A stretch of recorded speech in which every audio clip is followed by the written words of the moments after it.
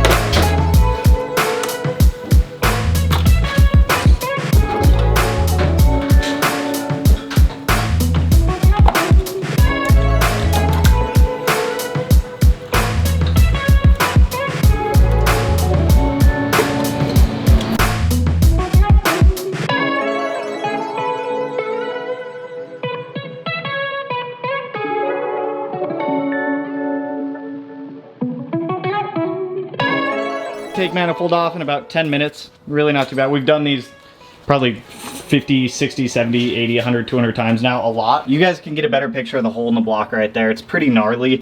Yep, there's the piece of the block I was trying to get earlier. Look at that. They at least opted for the really good TGV gaskets. I'll give them that. Matt and I specifically try to get these metal ones. Yeah. Every single time. They're very nice. So we'll give them that, but I mean, there's just a lot of janky stuff in here from whoever rebuilt this thing. Hey, that's not okay. Feel how ballooned that hose is, Matt. Just, bro, I can see it. Dude, just give it a squish. Yeah. That thing is royally screwed. There's just a lot of things missing, and there's a lot of things done improperly in here that really shouldn't have been done the way they were when this was reassembled. If you're gonna swap a 2-liter in, at least take the time to do everything right. So to get these intake manifolds off, you're gonna go ahead and remove the 8 TGV bolts. There's 4 on each side that hold the TGVs down to the block. You're gonna undo the turbo inlet from the turbo, that hose clamp, undo the PCV connection, undo the wiring harness that goes to the engine, which is going to be coil packs, AVCS, cam position sensors. There's 2 coolant connections that go from the throttle body to the coolant crossover tube, and then obviously the main engine harness connection. And then at that point, this whole thing's ready to come out. It's easier to pull that out with the TGV still attached to it. Now from here, what we can go ahead and do is get the AC moved over to where the battery used to be, get the power steering moved to where the intake used to be, get the turbo off. Well, we can't get the turbo off till we get the downpipe off, but we can go ahead and break all the downpipe bolts loose, get the coolant crossover off, get the power steering out of the way, AC out of the way, heater core hoses off, and get all of the auxiliary stuff out of here. The starter can come off.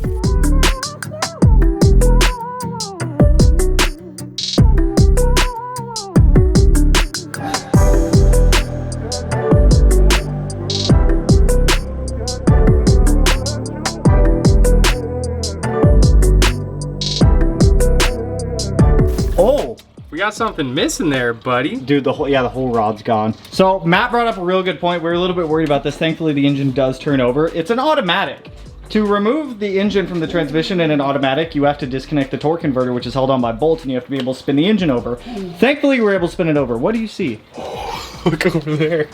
Oh! Dude, it smashed into everything right here. Yeah, all of cylinder 3. 4. Everything back there is gone. We're gonna have to take the heads off anyway, so I'm curious to see what we'll find in there. It's just, dude, it's so fucked. Smashed into that, just everything in there. So it must have like exploded off this, flipped around, knocked the whole... Wait, shine the light in here. I want to see if I can see bent valves. I can't really see them from in here. I bet you they're all bent. There's something. Oh god. All right, we're gonna get the torque converter bolts out real quick, and then at that point we need to go underneath of the car, get the motor mounts disconnected, the last bolt off of the downpipe from the turbo, pull the turbo out, and we can yeet this guy out of here. You got no rod there anymore. There's 2. Oh yeah, dude, the rod's so fucked. This is something I wanted to show you guys also. These are the, this is why we replaced these. These are the oil control valves. If you guys look at that, I mean, you can see that there's oil and water mixed in there, but I guarantee you there's metal flakes in there also. We always, always, always replace those oil control valves. And if you guys have an engine that has any type of bearing failure, destructive type of failure that results in metal going everywhere, just replace them, dude. They're like 90 bucks each. They're really not that expensive. Same with the radiator. If you get oil in your water, Matt pointed this out, it will balloon up the seal on the radiator cap. So you could go to the extent of just replacing the cap if you wanted to, but keep in mind that there's also probably a ton of oil mixed into the coolant at this point also. Yeah, honestly, if you wanted an OEM, replacement OEM radiators from third parties are like 90 bucks. You're better off just buying a new one than spending hours trying to flush out and clean one. Unless you are on like the tightest of budgets, just replace it, dude. It's like 90 bucks. But at this point, we've done everything topside. There's one bolt on the downpipe that we just can't get from the top because it's a stupid NVIDIA bell mouth style. The NVIDIA downpipes are always the worst because of the bell mouth style. It just cuts down so much on the passenger side. Okay.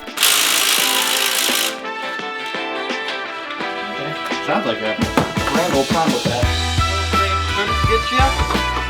Oh my god, it's got fucking work gears! You know who built this car, Matt? The back. It was the backyardigans. There we go. Turbo's out. Oh, and I need some.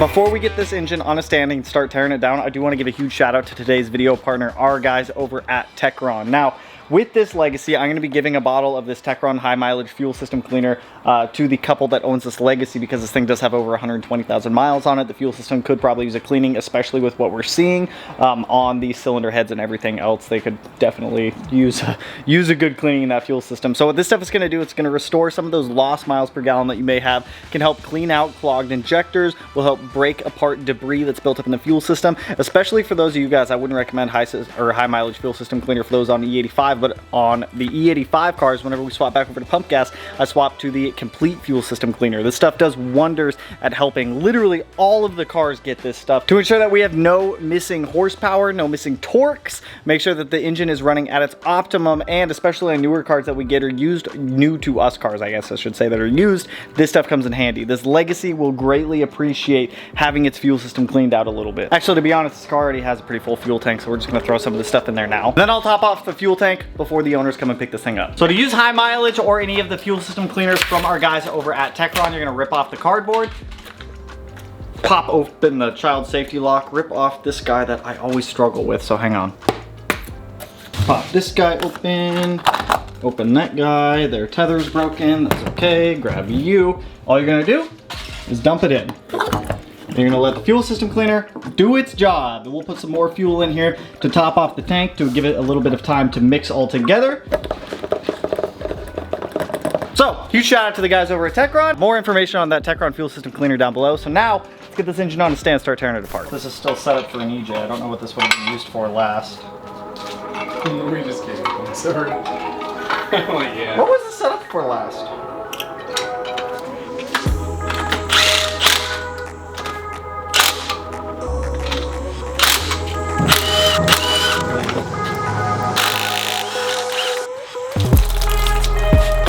As expected, they always pee everywhere.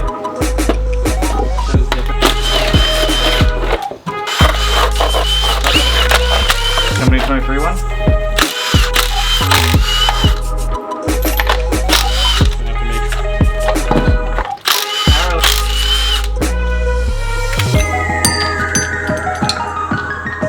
Chocolate milk! It's the forbidden chocolate milk. You know what? These might actually not be stuck because of this. Okay, I was like, can this not turn? Please God, tell me it can turn. Hey, that's what we like to see. It sounds like a lot of shit leaking out. I'll pull off these timing covers. Dude, there's just forbidden chocolate milk everywhere. Timing covers should come off. Oh, that's water.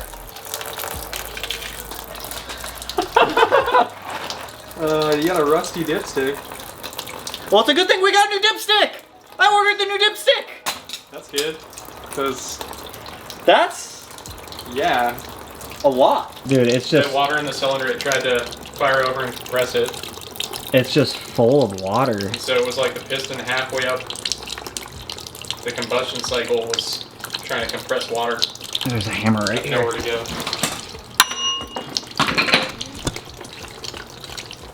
Oh my god, dude, look at it. Dude, it's literally Willy Wonka's chocolate factory coming out of this oil pan right now. It's been going for a solid like 60 seconds. Dude, that's where all the coolant went. Yeah. It's all in there. Matt, I'll give you $100 if you drink it. 100 bucks, 200 bucks. To be honest, it's still going. I guess we'll just let this drain for a couple minutes. That's pretty, it's starting to turn to more oil now. Maybe not. That's a milkshake. Matt, my milkshake did in fact bring all the girls to the yard. Or the boys to the yard. Damn right, it's better than yours. Cause this shit is banana. That is B-A-N-A-N-A-S. This shit is bananas. Oh, there we go. Now it's turning to oil.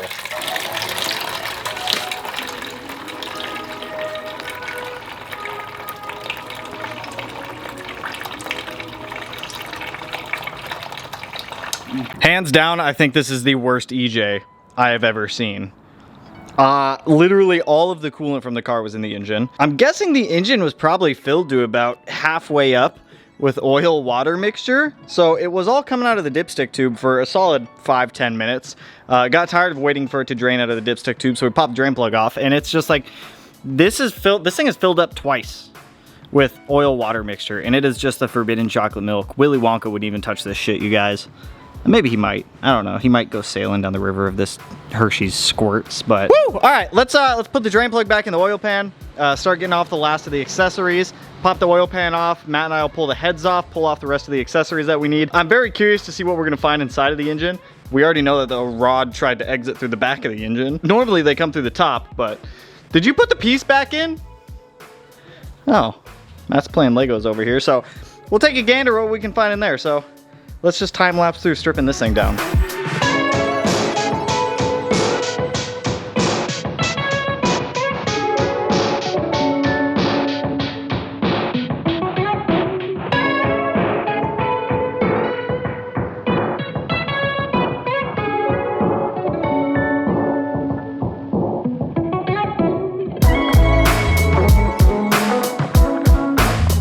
Head gasket failure.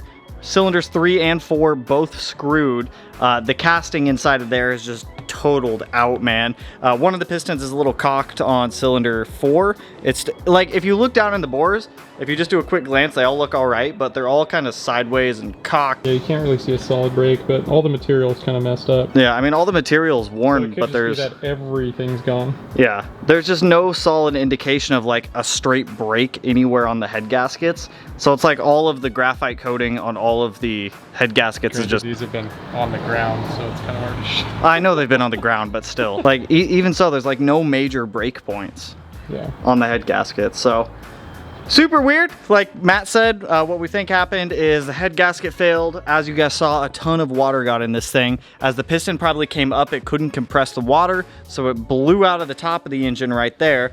Probably experienced oil pressure loss. The engine probably overheated very quickly, and somehow it went past the point of seizing because it still turns over. So it just completely broke the rods in there. So this thing's gonna go in the scrap bin. This thing will get a nice 2.5 liter RA block and some nice B25 heads. Dude, the whole heads were scrap also. There was just a ton of scoring on all the journals. So they're all in the scrap pile over there also. So we're gonna get this thing tossed in the garbage and continue with our day. So now that we have this thing out here in the daylight, you guys can see down there a little bit better. Not much, but all of cylinder 4, the inside is just destroyed. Same with cylinder 3, so this whole thing is scrap. Unfortunately, same with the heads. All the cam journals, the cams, everything's just scored up beyond repair. I mean, I guess technically speaking, you could repair the heads, but they're kind of just beyond repair. If you wanted to repair them, you'd have to reline bore the cam line, and then you'd have to have a set of cams ground down to fit perfectly, and it's just not worth the money. But that's the teardown on the Legacy. It's pretty bad. When you neglect head gasket failure, that is probably worst case scenario of what's going to happen, because like was mentioned earlier, can't compress fluids. So as the piston traveled up with a whole bunch of oil and water in the cylinder, it couldn't go any farther, and there's forces acting on it to go the other way. So obviously the force had to go somewhere, and the pressure went out the top of the engine. So worst case scenario, that is what's going to happen if you have head gasket failure and you leave it unaddressed. It's not only going to overheat, but you can literally put a nice hole in the top of your engine. So if you have a head gasket issue, get it fixed. So once we get all the parts in for this Legacy, we'll do a mini build on it. Like I said, Type RA short block B25 head. For the most part, it's going to stay fairly stock with the exception of a couple modifications that we'll cover later on. But like I said, if you got a problem, address it. Don't let it become a bigger issue, because 9 out of 10 times it will always become a bigger issue, and it always becomes a more expensive issue. So with that, we have torn apart the condemned Legacy that other shops just wouldn't want to touch. So if you guys like the video, you know what to do. Go and hit that like button. Turn it black, blue, green, yellow, purple, silver, cyan, whatever color it turns for you. And if you're not already subscribed to the channel and you want to be, I'll put it in one of these corners. No idea which one quite yet. It'll probably be in that one right there. But with that, I'll catch you guys in the next one. So peace out, homies. Woo!